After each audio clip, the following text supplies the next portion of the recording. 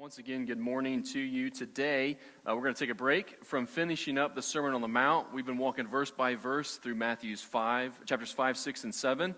And today we're going to have a special Mother's Day message in which I hope that you as moms, you feel challenged and encouraged. I think there's always like golden nuggets that Scripture offers us, things that we need to learn, and at the same time, things that we need to be encouraged by, and to recognize that sometimes we're not as bad off or not doing as bad a job as we think that we're doing. So we oftentimes put pressure on ourselves in the wrong areas and feel like we don't measure up like we think that we should.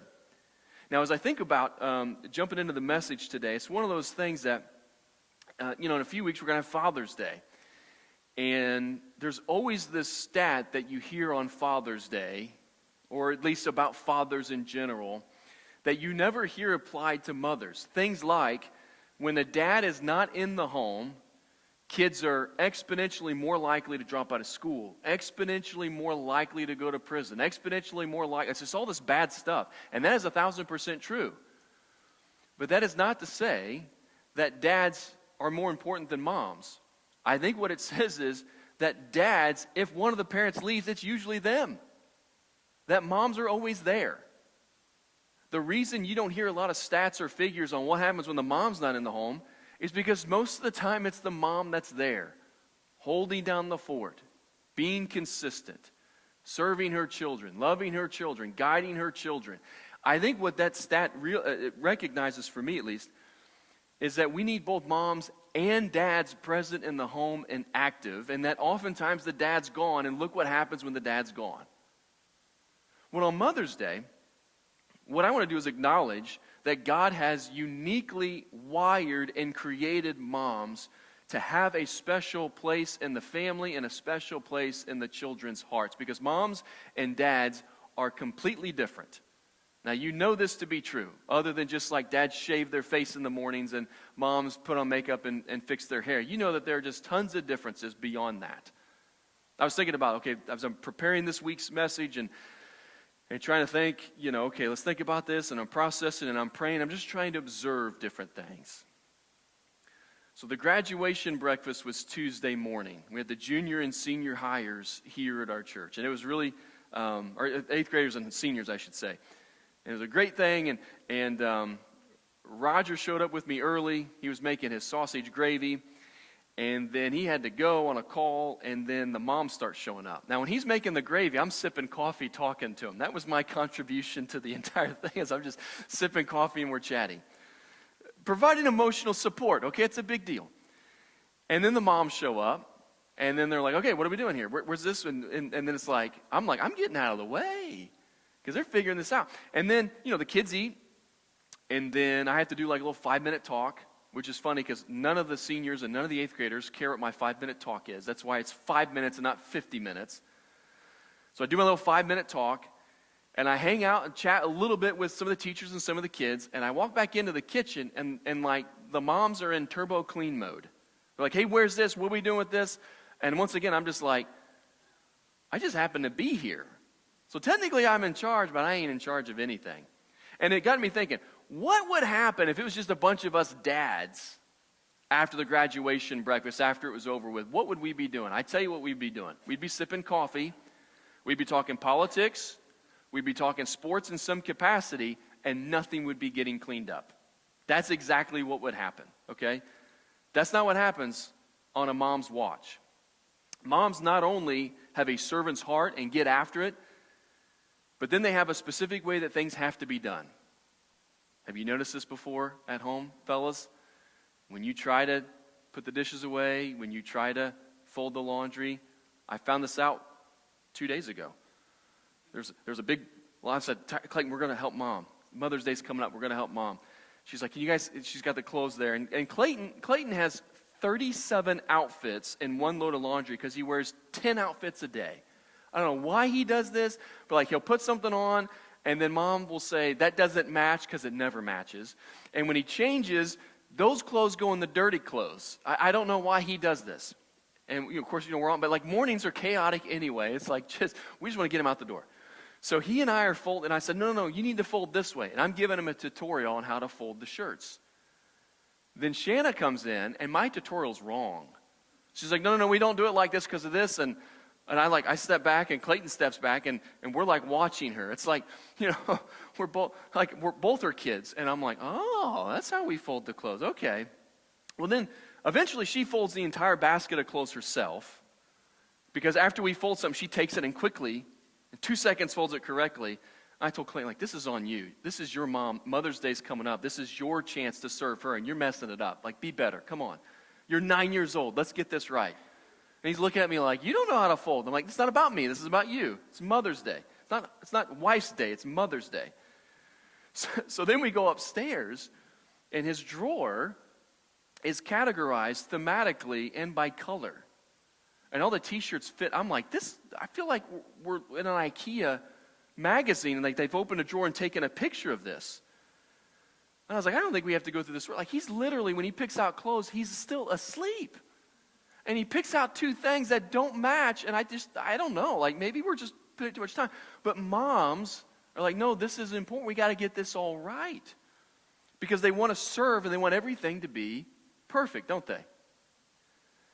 And you think it's too much until you're the one who has to then start to figure all that stuff out. And you're like, I need mom to come back in and do all of this. So moms have a servant heart. Moms are also tough.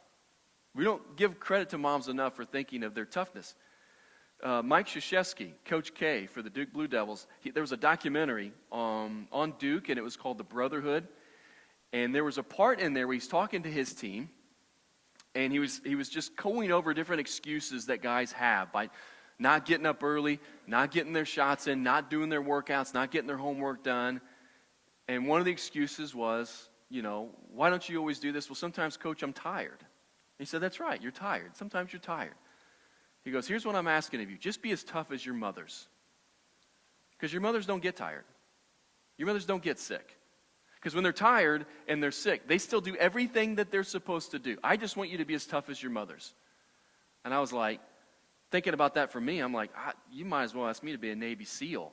I don't know about that. My mom's about to have a double knee replacement. She said, I could probably still do sports camp karate. I'm like, it's 2 days later. I don't think you can do this. I don't think that's going to happen. You may not even be out of the hospital. I don't know how double knee replacements work, but I don't think it's a 2-day recovery. I think there's probably months attached to the recovery. But that's just the way. She's like, no, I could probably figure that out. We could probably do that. We'll probably just find a replacement and let you rest. That's how moms are, just tough. If stuff needs to get done, they're going to stay up late. They're going to get up early. And they just figure it out and they make it happen because that's the way that moms are wired. And then the biggest difference, I think, between moms and dads is moms have a loving, nurturing quality and characteristic about them. So when a kid is sick in the middle of the night and it's 2:30, what name does he cry out? Mom. He doesn't call out Dad because he's like, I'm going to have to yell 10 times. Dad's not going to wake up. I got to yell for Mom. I can remember one time, Titus was 2, and he was having this thing called night terrors. I don't know if you know what night terrors are. I found out what they were. It's when a kid's having this, psychedelic experience or something. They're having this nightmare, and they do not know that they're safely in their bed, and they just start screaming and freaking out. So he's 2 years old. I went in, I'm like, Shanna, I've seen The Exorcist. I feel like we get some holy water or something, because this isn't right. She's like, it's a night terror. Calm down. I was like, what do you mean? He's asleep? He's having a nightmare? And they said, you're not supposed to pick him up. Well, he's flopping around. He's hitting his head on the wall. So she picks him up. She's rubbing his head. She's trying to soothe him, calm him down. I'm like, well, if he's just asleep, let's wake him up. I turn on the shower. I'm like, give him to me. I'm going to put his head under there. He will eventually wake up. Then we can come. You're saying no because you're a mom. But dads are like, well, seems pretty reasonable to me. I think that would probably work. He'd probably wake up right away. And it was cold water. That way really shock him. And he'd even come to his senses and say, oh, Mom and Dad, I guess I was having a bad dream. And he'd go right back to bed. I was convinced that this was the plan. So he's screaming at the top of his lungs. Then Shanna starts yelling at me. And I'm yelling because it's 2:30 and I'm tired. And I'm not a mom.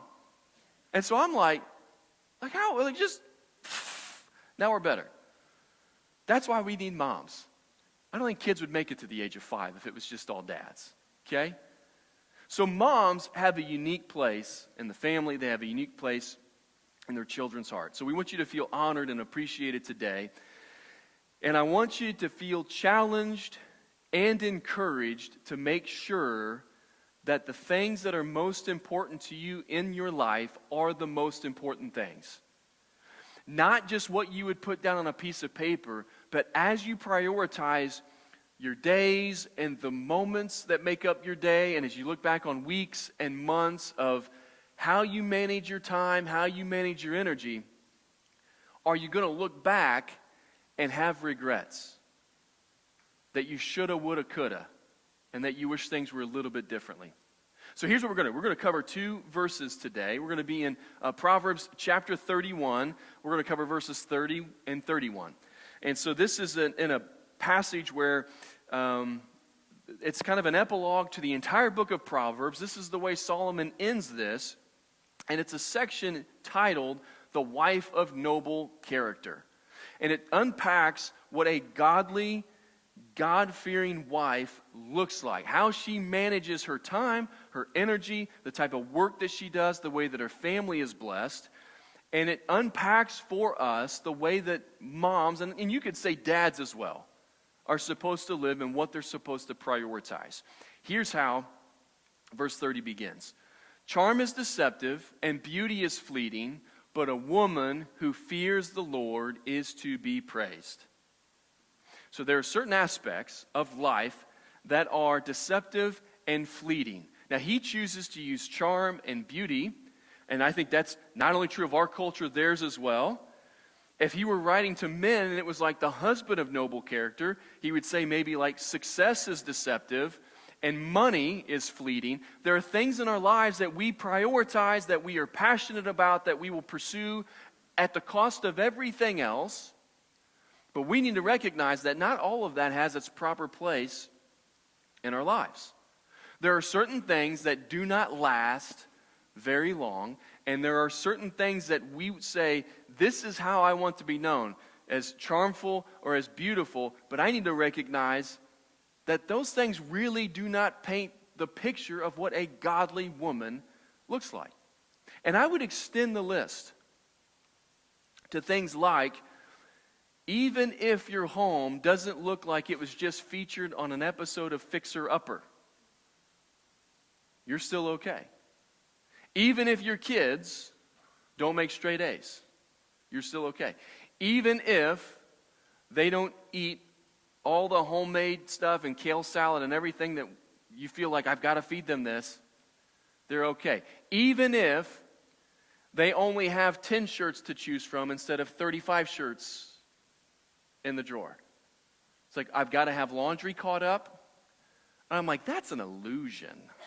Laundry's never caught up because you're always wearing clothes. So there's always more clothes to wash because there's always dirty clothes because you're wearing things that are going to have to be washed. And maybe, just maybe, the dishes don't get done right after supper is finished. And maybe the floor doesn't get steamed every third day. I don't know what your cleaning schedule is like, but maybe it doesn't get steamed every third day. Maybe we let a little time go, because I think that when there's pressure that we put on ourselves, this is moms and dads, but moms, when you put pressure on yourself to say everything has to be perfect all the time, you need to understand that I think that's deceptive. I think that that's fleeting as well. Not just with your physical appearance, but with your home as well. Now, obviously, clothes have to be clean. Your kids are going to have to wear something, and hopefully it doesn't stink, okay? And obviously, we need to keep our house in order. We need to clean somewhat, but it doesn't have to be perfect all the time. And there's a line there that I think sometimes we feel like we cross, because it's like, I'm the mom, this is my job, everything has to be like this, because the way that this all looks and what my kids wear, and if their hair's flipped up, like I saw a bunch of kindergartners walk by. I'm like, they spend more time on their hair than I do mine. I'm convinced of it.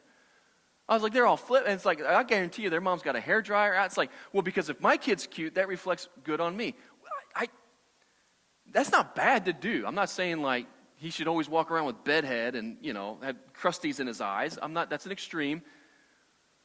But maybe the most important thing is they love Jesus. And if their hair looks really good and their stuff's all put, they're all tucked in and all this stuff, but they don't know the Lord, we have really got stuff out of balance. And you could have Home and Garden magazine. That's a real one, by the way. We've got some at our house. Home and Garden magazine could be getting pictures of the inside of your house tomorrow. And you go, look, see, we're featured on page 1. But Jesus isn't the core foundation. I don't think that really matters. Not only that, but you think about our relationship with God, that's first and foremost, but then our relationship amongst the family. That's second priority in your life. More so than clean clothes, more so than dishes put away, and more so than all that stuff that we tend to get so task-oriented around. See, when you think about your life, and as you continue to progress through each stage, what are you going to regret? This is Mother's Day, so I'll just ask you moms, what are you going to regret? Are you going to look back 5 years ago on a random Tuesday and say, I wish the house was a little cleaner on that day? This is graduation season, isn't it? So we've got seniors graduating, we've got 8th graders graduating, and when your student walks across the platform, gets their picture, the thing that goes through your mind isn't, I probably should have done more laundry when they were little. I promise you, you're not going to think that. You'll be getting their picture and probably mad because they're not looking at you. You'll be getting their picture going, oh my goodness, where did the time go? And there are tasks that have to be done. Like, I don't want the pendulum to swing too far the other way. But we do have to be willing to live in the moments that we've been given by God as a blessing, with the people in our family that have been given by God as a blessing. So I was thinking about, like, with my kids, when Titus was a baby, I ended up getting my first iPhone. And so I've got 25,000 pictures and videos on my phone. That's not an exaggeration.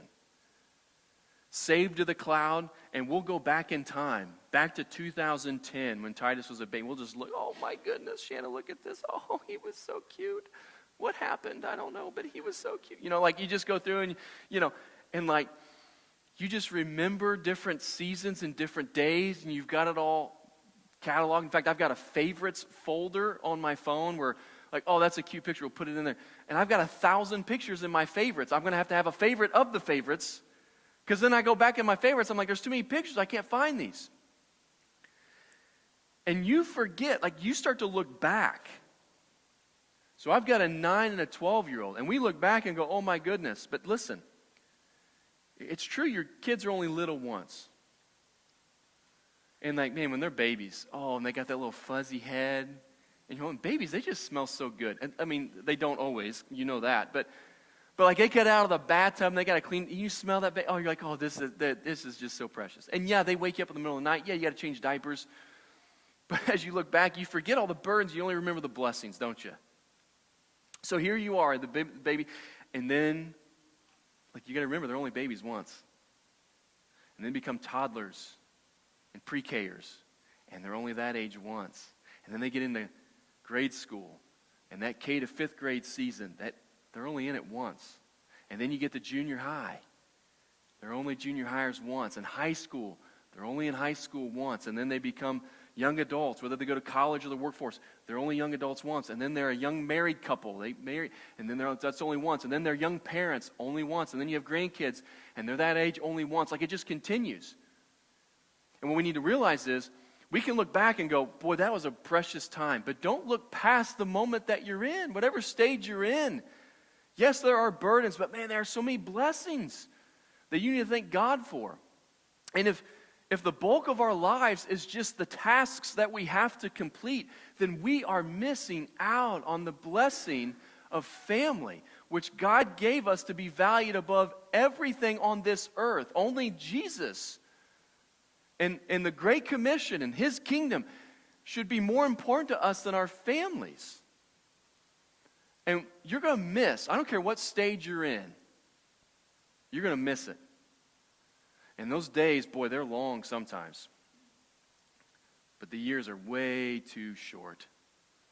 And you're going to miss that little baby, changing the boy's diaper, and they always, you're going to miss that.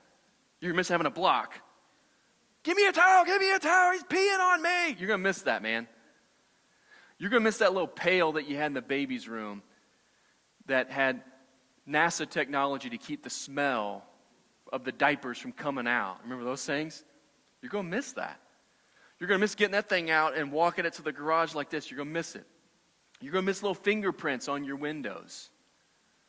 You're going to miss dirty clothes strung about their room. You're going to miss how busy your schedule was or is. And taking them to all these practices is taking them to the games. You're going to miss it all. So enjoy it while you've got it. Whatever stage that you find yourself in. Because you and I know, you won't look back on your life and think, I wish I would have made laundry or cleaning my floor, making sure the dishes were done. I wish that would have been a better priority.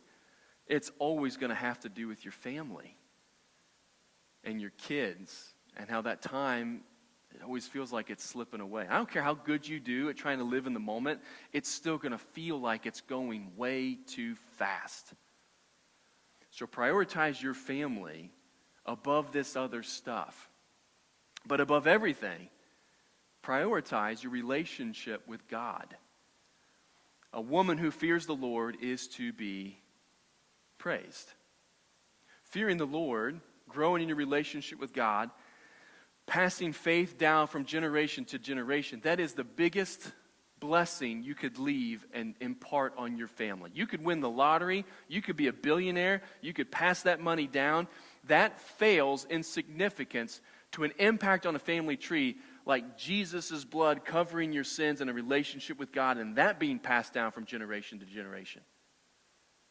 Prioritize what is most important in that capacity. Now, how do we grow in a relationship with God? Let me take you back to something we hopefully talk about often, the 6 practices of a growing Christian. We need to give generously, our time, our energy, and our money. We need to run in tribes, be in Christian community, so that we can, as a community, grow in relationship with one another and with God. And I'll say this on the tribe thing.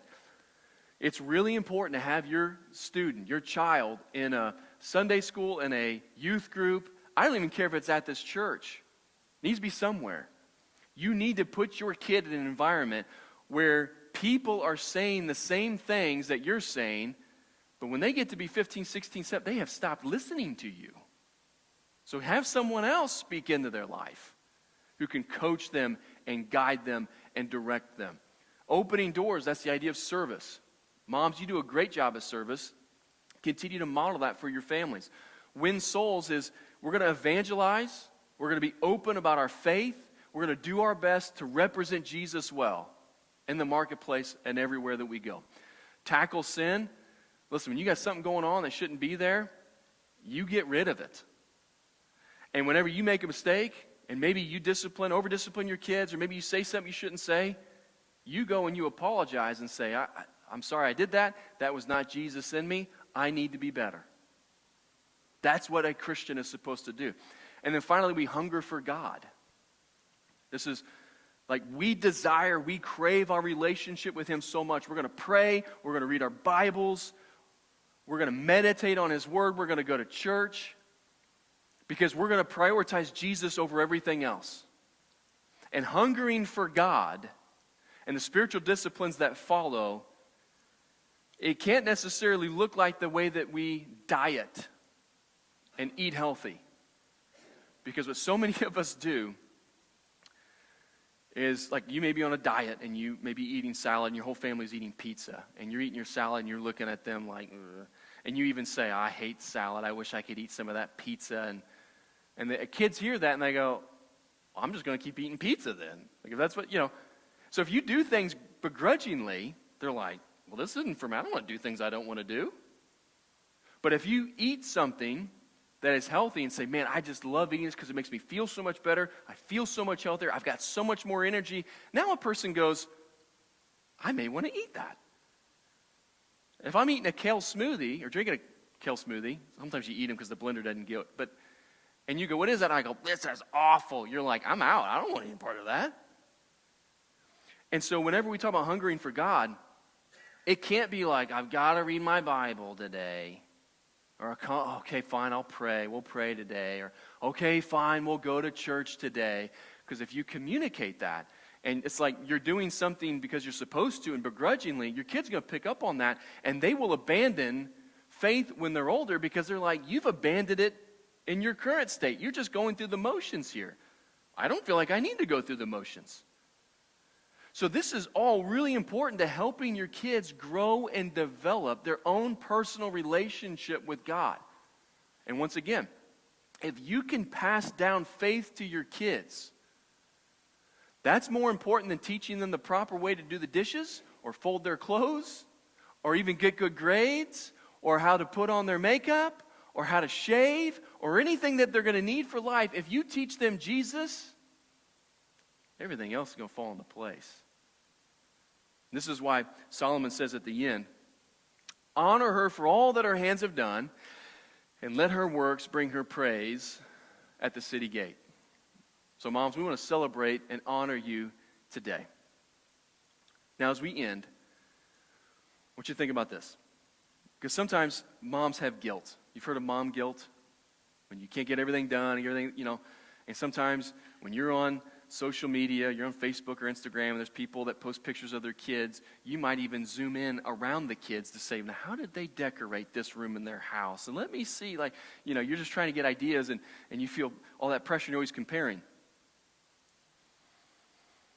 I was thinking about this, I think it was Tuesday night, maybe been Monday night. The Cards and Cubs were playing. I was in the barn, I was listening to it on the radio. And in the same inning, I think it was the third inning, both the Cardinals and the Cubs both made a challenge. They challenged the call on the field. And in both cases, the call stood. It was upheld. And I thought, man, I wonder how often that happens. So I looked it up online. 99% of the time a challenge is issued at MLB, it is not overturned. The umpires made the right call. And when you look at the instant replay, sometimes you're like, they see it from 30 angles, and they watch the replay 100 times, they're like, there's not enough evidence to overturn, bang, bang plays. I have a lot of respect for umpires, for referees, for officials in any capacity. I think they do a great job. Exception would be Angel Hernandez, MLB. He gets it wrong a lot, he's a little, but everybody else is really, really good, okay? They're right, 99. So you may be watching a game. You've probably done this. I've done this. You might have done this. Man, these refs are terrible. You ever said that before? Man, these umpires, they don't know what they're doing. And I could be watching a professional game and I think that, and then it's like, oh, they happen to be right 99% of the time. I don't know how you're going to get better than that. So we feel like they're doing a terrible job, but really it's because I'm a fan of a team that's not doing so well at the moment in the NL Central. And I'm trying to blame somebody for our shortcomings. Moms, sometimes you feel like you're not doing well. But upon further review, with closer examination, it's like you're knocking it out of the park.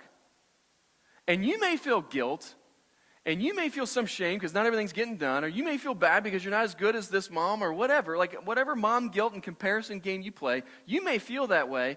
I can almost promise you, your kids don't feel that way. Your husband doesn't feel that way. Nobody's giving you that guilt. You're taking it on yourself, so just let that go. Unless you're the Angel Hernandez of moms and making mistakes all the time, you're fine. Just take a deep breath. God, the relationships in your family, get those two things right. So the kids eat cereal for dinner one night. Not a big deal. I ate cereal a lot. Didn't stunt my growth. Who knows? Maybe it did. Maybe I was supposed to be 6, 7. I don't know. Your kids are survive. They're resilient. They'll figure it out. And your kids love you. And they wouldn't trade you for anybody else. And you need to know that today. So I hope you feel loved and appreciated. I hope you feel challenged to be more mindful of how all of this fits together, so that in the day-to-day, mundane, task-oriented life that we have, of all the things that have to get done, make sure you take moments to enjoy your kids and pass down the most important thing to them, which is faith.